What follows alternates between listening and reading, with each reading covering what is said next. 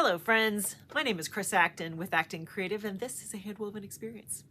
In today's episode, I'm going to walk you through how to weave with textured yarns. Now, I will happily tell you that every single weaving project you will ever do has three major elements: color, pattern, and texture. I talk about it all the time. But the truth is, if you look at the focus of all of A Handwoven Experience episodes, texture gets the short end of the stick. I don't address it very often, and we need to remedy that. Texture is very important. So in today's episode, I am going to show you the things to consider when you're weaving with a textured yarn. So to dive in, we need to first talk about the word texture. Texture, by definition, means the visual or tactile surface characteristics and appearance of something. Friends, everything has texture to it. All yarns, all day long, they all have texture to it. However, in the fiber world, we tend to specify that when we say a textured or a highly textured yarn, it refers to something that is glaringly textured. Let me give you some comparisons. So this little 8/4 absolutely has texture, right?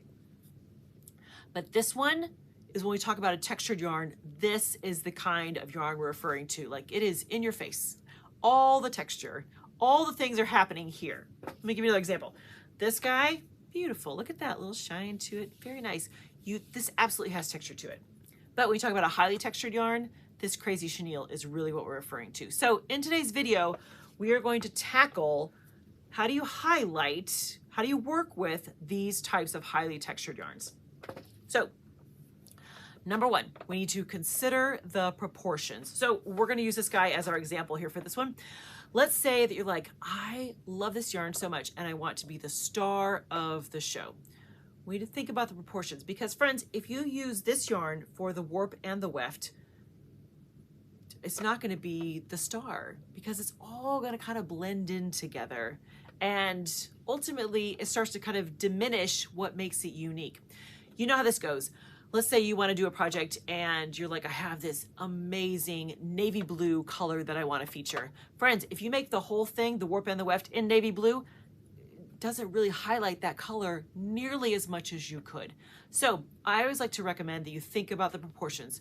Friends, have some of this amazingly textured yarn, but have some of something else that's going to support it and make it really pop and really shine. So think about, do you have this yarn in just the weft and you have another yarn in just the warp? Something that's really going to help it just, be the star. So think about the proportions. How do you use this? Do you want to use this just in part of the project? So everywhere it shows up, you're like, oh, look at that section. Look at that amazing yarn. So cool. So consider the proportions. Next, consider the partners. Now, as you think about yarns and what they look like and how they feel and the texture of everything, there are some that are going to play better together and others that are both going to be jockeying for that kind of queen bee position. So as you are considering what to put together to really highlight your gorgeous, highly textured yarn, think about what goes with this. Because friends, if you put these two together, they're going to fight with each other all the live long day. That is not going to help if you really want to highlight your highly textured yarn right here. Don't put another one with it. That's just going to, they kind of cancel each other out. Do you know what I mean? You know what I mean, right? So instead, why not pick one that is going to support it? Now, it can do that in a couple of different ways. Maybe the one that's partnering with it is a smaller yarn. That'd be lovely. Maybe whatever texture this one is will just kind of help blend it in so that this one really still pops. So as you think about your partnering yarn, think about scale. Is it smaller or bigger? Depends on how you want to play this. But also, what is the texture of this yarn that isn't going to get in the way? It's not going to compete with the one that you really want to highlight. Okay, so far we've talked about consider proportions, consider the partners. Lastly, consider the pattern. Now, when you have a highly textured yarn like this one, the truth is it's going to be hard to see any kind of complicated pattern that you're doing underneath it.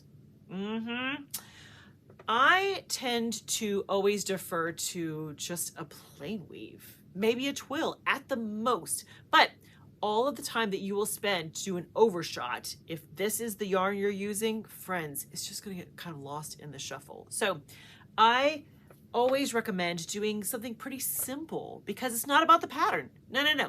It's about your gorgeous textured yarn. That is the focus. So let me give you kind of a little example. You can see some things happening here. So in my little, I have a fun little sampler here. And I did some highly textured yarns. This is a kind of a chenille here. And this, I think this is, I guess actually that, there we go. It's that one right there. So friends, look how this yarn, both of these, how they cover the fabric. Now, I actually do just have plain weave happening here, but imagine if you're trying to do anything else below it. It's just gonna kind of get lost. So it is better to pick something that's simple so that your highly textured yarn can really shine in the process. Don't worry about doing crazy things underneath it for the pattern. Just enjoy this amazing yarn that you are highlighting. I wish you could feel this, you guys. It just feels so, it feels great. I love that. That's the beauty of a textured yarn. The tactile part of it, how it kind of covers it unevenly. Oh, it's so good. So friends, ponder the pattern when you are planning for a project where your textured yarn is the star. You don't need anything crazy because it's just going to compete with highlighting your beautiful yarn there. So let me say one more note here, is that from a very practical side, when you're working with a highly textured yarn, you need to think about how it's going to go through the loom if you want to use it in the warp. Here's what I mean. Once upon a time, I was doing a project with a chenille. I don't remember if it was a cotton or what kind of chenille it was, but it was a chenille. Not unlike this one. It has all the fuzzies like this. And I cannot tell you how many times I swore at my project because as it would go through the eyes of the heddle, it would strip off all the little fuzziness. And I was left with these, you know, two twisty little, tiny little yarns. Friends, that is just none of that is enjoyable. So from a practical perspective, when you're working with a highly textured yarn, make sure you consider, is this going to go through the eyes of the heddles and the dents in the reed smoothly and in a way that you'll still enjoy the process. So that may make your job easier then, because you're like, I want to use this, but I don't trust it in the warp because I think I'm just going to have trouble. The texture is just going to get stripped. Don't worry about that then. Just put it in the weft and call it a day. So I wanted to make that little asterisk for us as you're thinking through the strategy for weaving with a highly textured yarn. So let's go over our 3 things to consider. First of all, consider the proportions. I highly recommend that you don't do one project with just a beautifully crazy, highly textured yarn. You are going to lose the impact. Consider using something else to go with it, which is our second point. Consider your partner. What kind of partner do you want to use with it? Do you have one yarn in the warp and another in the weft? Do you have them both kind of sharing those roles but in different ways? Make sure whatever you pair with it is going to still point back to how cool this yarn is. And lastly, consider the pattern. Friends, you don't need anything crazy and complicated here because that is going to detract from your goal, which is for everyone to ooh and ah over your beautifully, highly textured yarn. Oh, and don't forget to make sure it'll go through the loom, okay, if you want to use it in the warp. That's the last little bit. So friends, tell me this. Have you worked with some crazy, highly textured yarns, and how has it gone? Do you enjoy that? It can really add a whole nother dimension to your weaving projects. It's really something kind of fun to play with. So let me know in the comments what's been your experience.